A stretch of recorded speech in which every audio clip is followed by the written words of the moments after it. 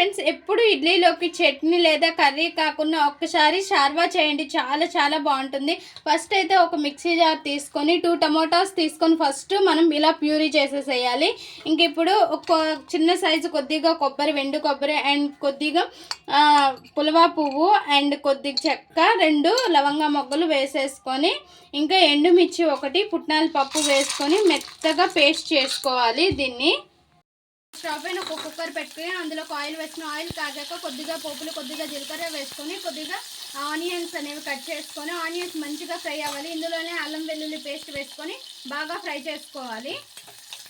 ఇంకా ఈ ఆనియన్స్లోనే tomato puree చేసేసుకున్నాం కదా, 2 టమోటాస్ని ఇవి కూడా ఇందులో వేసేసుకొని ఈ ప్యూరీ వేసేసుకొని ఇంకా అందులోనే కొద్దిగా పసుపు, కొద్దిగా కారం, కొద్దిగా ఉప్పు వేసుకొని ఇంకా ఉప్పు కారాలన్నీ వేసేసిన తర్వాత మనం పేస్ట్ చేసుకున్న పుట్నాల పప్పు పేస్ట్ అనేది ఇందులోనే వేసేసుకొని 1 గ్లాస్ వాటర్ వేసి కుక్కర్ మూత పెట్టేసి 2 విజిల్స్ వరకు ఉంచుకోవాలి.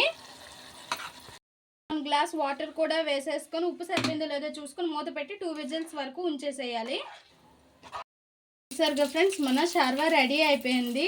చూడండి, సాంబారు చట్నీ అవసరం లేకుండా ఇలా చేస్తే చాలా చాలా టేస్టీగా ఉంటుంది.